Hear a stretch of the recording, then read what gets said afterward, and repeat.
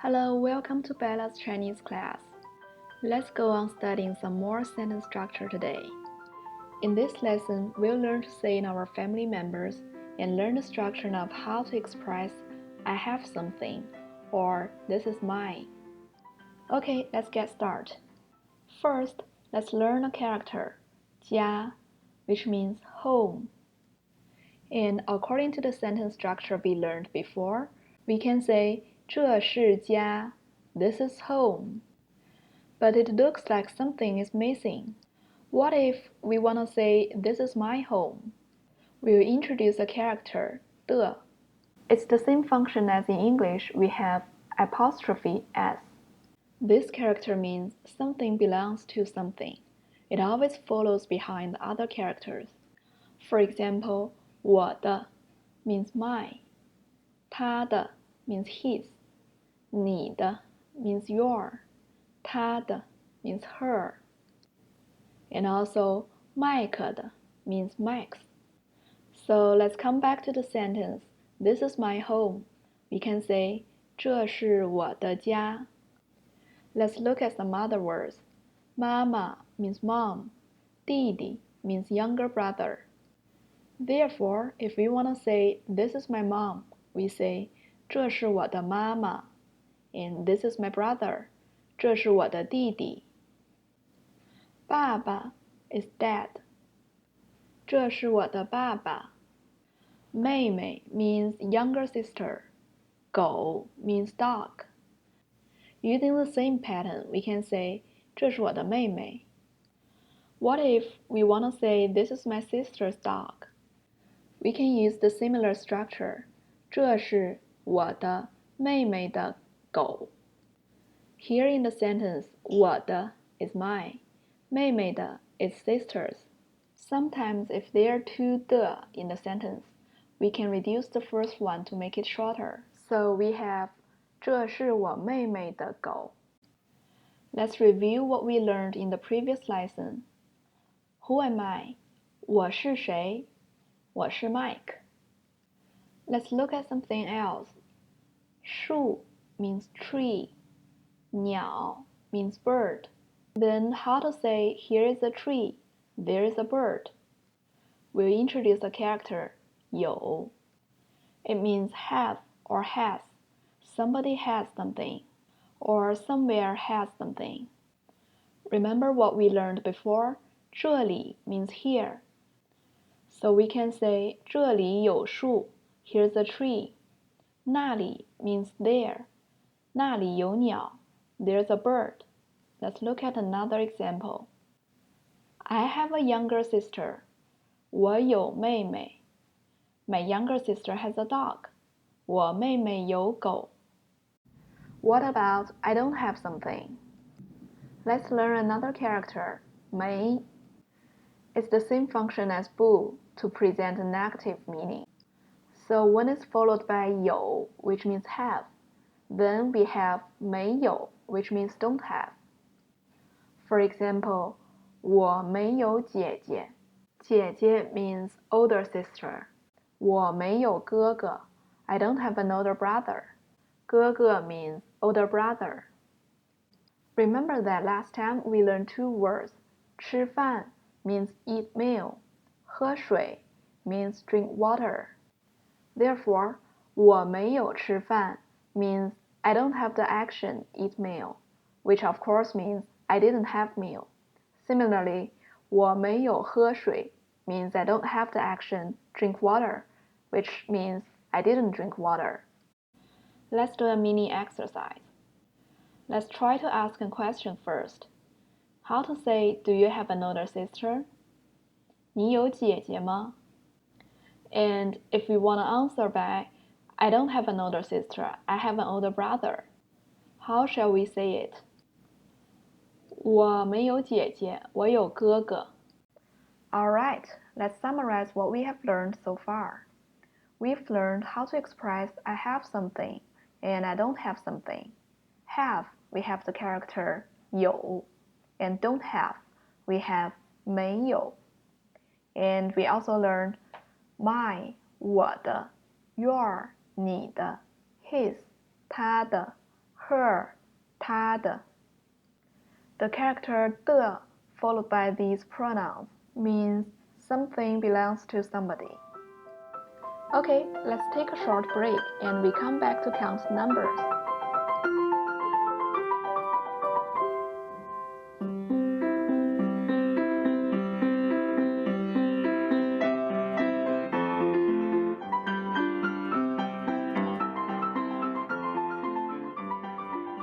Okay, now let's come back to count the numbers. Chinese numbers are very easy to count. Each number is just one character. Let's say 1 is 1, 2 is 2, 3 is 3, 4 is 4, 5 is 5, 6 is 6, 7 is 7, 8 is 8, 9 is 9, 10 is 10. Okay, let's count from 1 to 10. 1, 2, 3, 4, 5, 6, 7, 8, 9, 10. What about numbers more than 10? For example, how to say 15? It's very straightforward. We know 10 is 10, 5 is 5, so 15 is 15. And what about 20? We have 2 is 2, 10 is 10, so just combine them together. 20 is 20. What about 25? It's very easy. We just add 5 after 20. Therefore, 25 is 25. Similarly, 30 is 3 and 10. Combine them together, 30. In 36, you just add 6 after 30, which is 36. What about more than 100? 100 is 100. We can just put it after the unit numbers we learned before. Therefore, we have 100 is 100, 200 is 200, 300 is 300, 400 is 400, 500 is 500. Similarly, we have 600, 700, 800, 900. If we want to say 120, we have 120 and 230. Just combine them together, 230. Let's try a complicated one. 798. We have 798. Now let's look at 1,000. 1,000 is 千. We have 1,000 is 1,000. Okay, here comes something special. How to say 2,000? We learned 2 is 2. However, we don't say 2,000. We say 2,000. 2 is the alternatives of r. We say 2,000.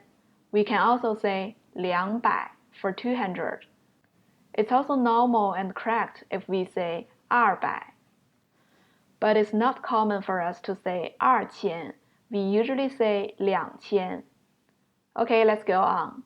6,000, 6,000, 7,000, 7,000, 9,000, 9,000.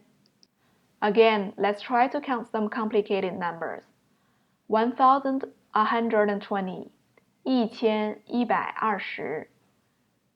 2,230, 2,230.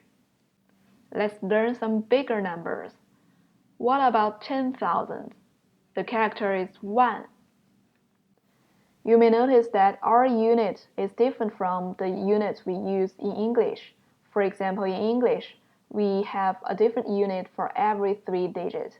We have 1,000, and then after 3 digits, we have 1,000,000.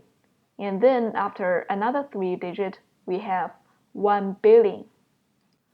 But that's different cases in Chinese. We have separate units for every 4 digits. We also have 千, which means 1,000, and then we have 1 for 10,000, and then we have E after another 4 digit. When you count for really big numbers, you need to pay attention on these. Okay, let's come back to 10,000. 1.